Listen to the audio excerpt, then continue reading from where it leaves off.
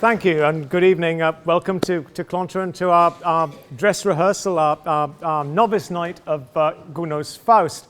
Wonderful to see you all, especially on such a glorious evening when there are so many temptations outside, I think.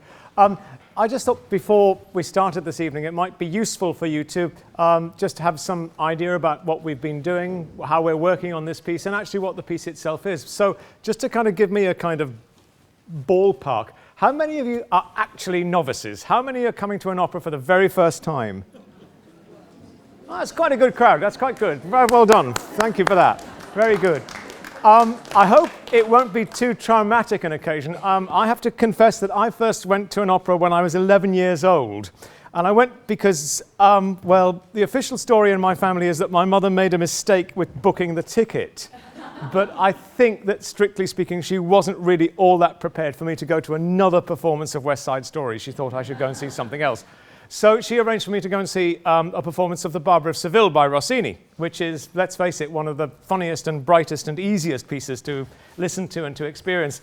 And I was a schoolboy at the time. It was pouring with rain. I was in the northeast of England, in Newcastle. And the deal was that I would kind of make my own way to the theatre, and then my parents would pick me up at the end of the performance. So you can imagine a November night in Newcastle, pouring with rain, all that kind of thing. And this 11-year-old goes into the Theatre Royal in Newcastle and sits down and is bored witless for about 2 hours. And I don't know why. There was just suddenly something happened, and somebody laughed, and I realized it was actually okay to enjoy it. That it was actually on the cards for you to have a good time tonight. You weren't supposed to sit there and be serious and be kind of bamboozled by it all. It was actually popular entertainment, and if you could enjoy it, you could enjoy it. If you didn't, then try it again and go and do something else. Within a couple of years, I was sort of going every time there was an opera on, and so I was enormously fortunate to have that very, very easy introduction. Of course, the great thing about The Barber of Seville is that it's a very accessible opera. It's a very easy opera. It was written at a time when opera was designed really as popular entertainment. It wasn't in the sense of, as I say, of high art or something that came down from heaven or anything like that. It was very much the cinema or the television of its time. People went to it, they brought their sandwiches, they stayed all night, they might watch 3 or 4 pieces in the course of an evening, one of which might be the opera, and they gave you always the opinion that they felt, absolutely from the heart. And Gounod's Faust belongs to that tradition. The Faust story is very strange because I suppose he's what they call a kind of, what I suppose everybody nowadays is an icon, aren't they? But, Faust is one of those kind of iconic figures, one of those paradigms. But he's actually relatively recent in terms of being added to the canon of popular heroes and all that kind of thing. The first Faust recorded is somewhere in the middle of the 16th century, and it's thought to be based on true stories. It's based on some true legend or other about a man who actually did sell his soul to the devil in return not for something like eternal youth or eternal happiness or anything like that, but in return for the ability to turn base metals into gold. This was picked up by an Elizabethan playwright, Christopher Marlowe, who turned it into the kind of basic Faust story that we've got today. So it kind of went to sleep again for about another 200 years and then was picked up again towards the end of the 18th century when there'd been a whole rash of plays about reason and study and enlightenment and philosophical processes and all that kind of thing, and people began to get very much more interested again in the emotions and the passions and the sentiments. And so you get Faust kind of remade at the end of the 18th century, and the principal person involved in all of that is the great German playwright Goethe. And Goethe is kind of the most influential and probably the most important playwright, apart from Shakespeare, in more or less about 400 years of theatre. And what Goethe did was he took Faust, and instead of having him look after this great thing of wanting magical powers and the ability to transform base metals and make himself rich, he gave Faust the idea that what he wanted was eternal youth. He wanted to go back to his boyhood, having been a professor in a university. He'd wasted his entire life in study, and so what he wanted to do now was to go back and try again to get all of those things which he'd been deprived of, which he'd been denied in his growing up and in his adult life. And what he wants more than anything else is the basic human experience of being in love. So he makes a deal with the devil, and he goes back into his more or less his teenage years. And you have this extraordinary idea that a man who starts the play at 70 or 80 ends up behaving like 17 or 18 for most of the opera and making all of the mistakes that go on. The Goethe play was enormously long. It took him more than 40 years to write, and he never actually saw a performance of it in his own lifetime.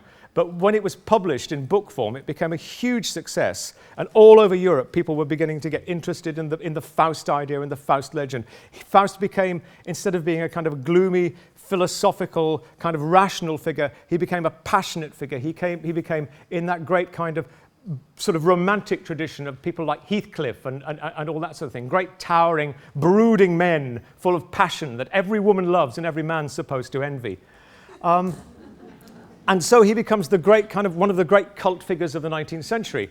And everybody is kind of going crazy to get in there on the action. The play gets translated, or elements of the play get translated all over Europe, and it hits Paris in 1850 in a wonderful, wonderful play, I think, a really brilliant play called Faust et Marguerite, and it's called a dramatic fantasy. And in this play, we have basically the show that we're going to see this evening. Faust falls in love with a very young woman, Marguerite. She's incredibly innocent. She knows nothing of the world. That represents perfection to him. That's what he wants. The devil, as part of the terrible, terrible pact that he makes, agrees to sort of supply him with what he wants, and the consequences are really quite awful. So that's the story. The play was such a huge success, and it wasn't performed in a great kind of national theatre or Royal Shakespeare Company kind of place. It was performed in a little intimate theatre in what was known as the Boulevard des Crimes, the Street of Crimes, which is a sort of a bit of a giveaway to what sort of a theatre it was. Nothing at all like Clonter.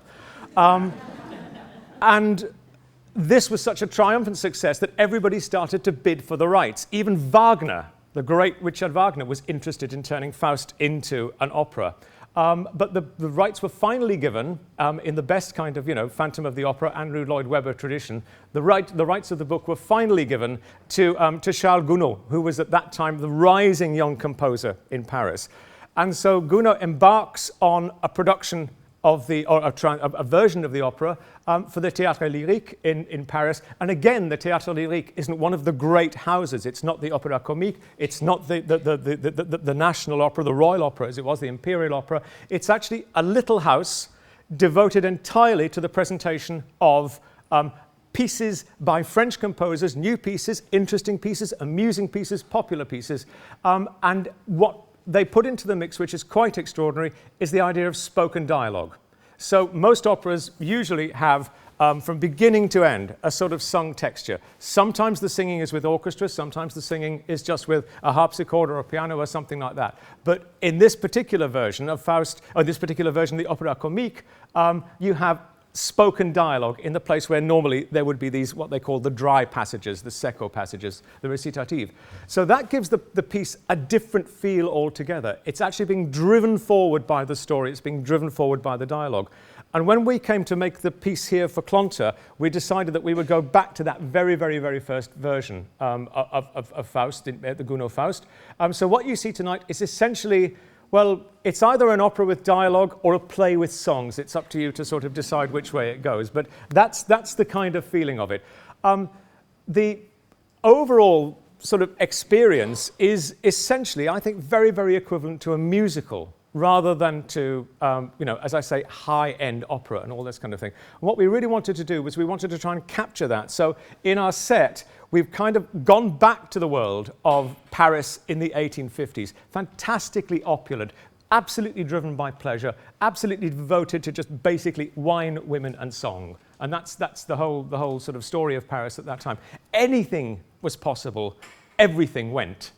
And that's the world that Faust moves into. So we've tried to kind of evoke that.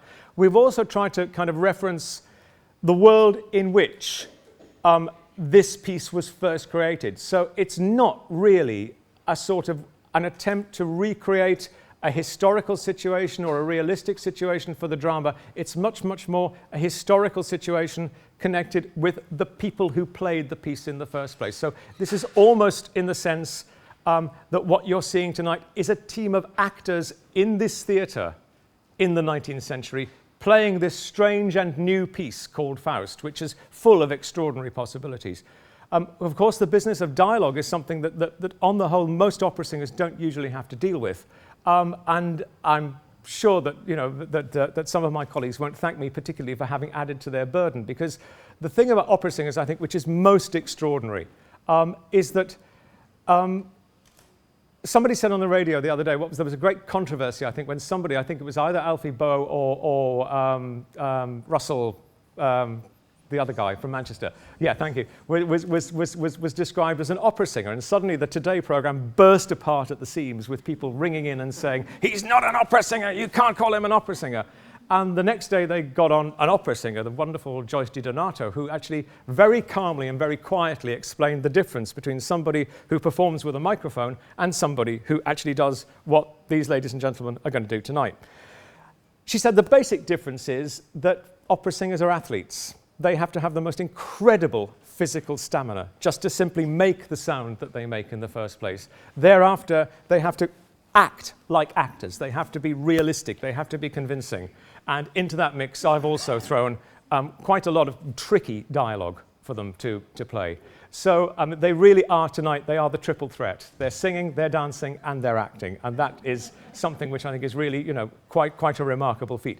The singers who come to Clonter are always young singers. They're either people who are still involved in a training course of some kind, or they've recently graduated and they've just begun to make their first sort of steps in the big world outside. It's a very, very challenging piece. It's a piece which is usually done by people considerably older than the cast you see tonight. And I think everyone in the company that I've been working with has done the most remarkable job in actually making this piece come to life. So I hope very much that you enjoy it this evening, and that this isn't your last time at Clonter or indeed at any other opera house. Thank you very much. Thank you.